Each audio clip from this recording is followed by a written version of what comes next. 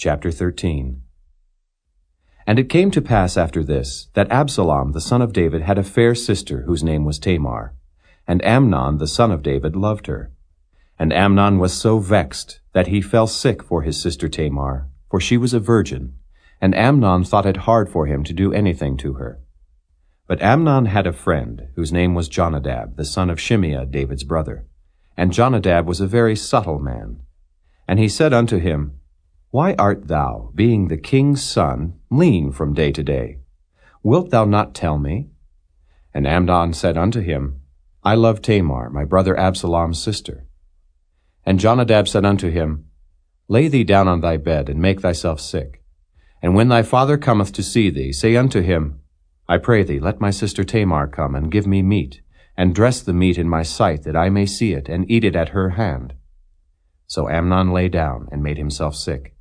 And when the king was come to see him, Amnon said unto the king, I pray thee, let Tamar my sister come, and make me a couple of cakes in my sight, that I may eat at her hand. Then David sent home to Tamar, saying, Go now to thy brother Amnon's house, and dress him meat. So Tamar went to her brother Amnon's house, and he was laid down. And she took flour, and kneaded it, and made cakes in his sight, and did bake the cakes. And she took a pan, and poured them out before him. But he refused to eat. And Amnon said, Have out all men from me. And they went out every man from him. And Amnon said unto Tamar, Bring the meat into the chamber, that I may eat of thine hand. And Tamar took the cakes which she had made, and brought them into the chamber to Amnon her brother. And when she had brought them unto him to eat, he took hold of her, and said unto her, Come lie with me, my sister. And she answered him, Nay, my brother, do not force me, for no such thing ought to be done in Israel. Do not thou this folly. And I, whither shall I cause my shame to go? And as for thee, thou shalt be as one of the fools in Israel. Now therefore I pray thee speak unto the king, for he will not withhold me from thee. Howbeit he would not hearken unto her voice, but being stronger than she, forced her, and lay with her. Then Amnon hated her exceedingly, so that the hatred wherewith he hated her was greater than the love wherewith he had loved her. And Amnon said unto her, Arise, be gone. And she said unto him, There is no cause. This evil in sending me away is greater than the other that thou didst unto me. But he would not hearken unto her. Then he called his servant that ministered unto him, and said, Put now this woman out from me, and bolt the door after her. And she had a garment of divers colors upon her, for with such robes were the king's daughters that were virgins apparelled. Then his servant brought her out, and bolted the door after her. And Tamar put ashes on her head, and rent her garment of divers colors that was on her, and laid her hand on her head, and went on crying.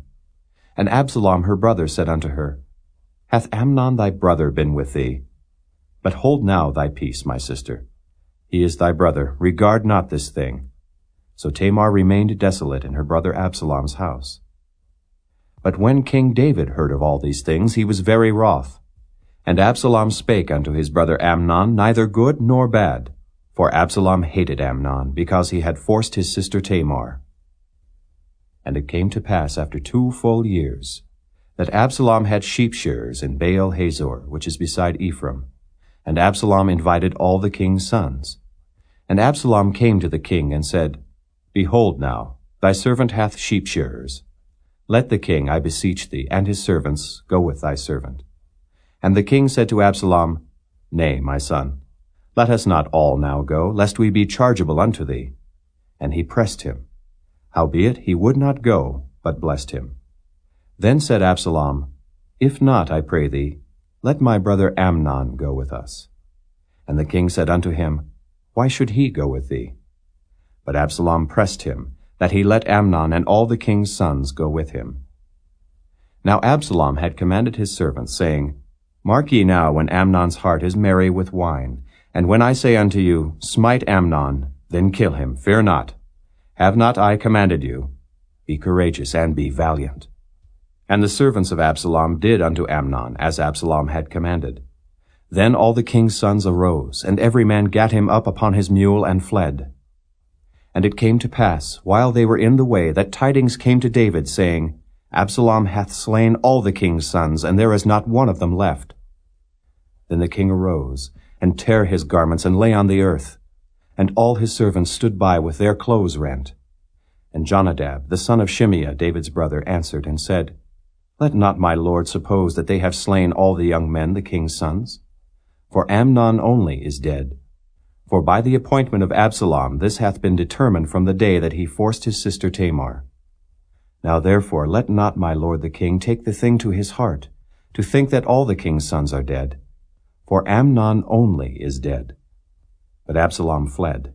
And the young man that kept the watch lifted up his eyes and looked, and behold, there came much people by the way of the hillside behind him. And Jonadab said unto the king, Behold, the king's sons come. As thy servant said, so it is. And it came to pass, as soon as he had made an end of speaking, that, behold, the king's sons came, and lifted up their voice and wept. And the king also and all his servants wept very sore. But Absalom fled, and went to Talmai, the son of Ammihud, king of Geshur. And David mourned for his son every day. So Absalom fled, and went to Geshur, and was there 3 years. And the soul of King David longed to go forth unto Absalom, for he was comforted concerning Amnon, seeing he was dead.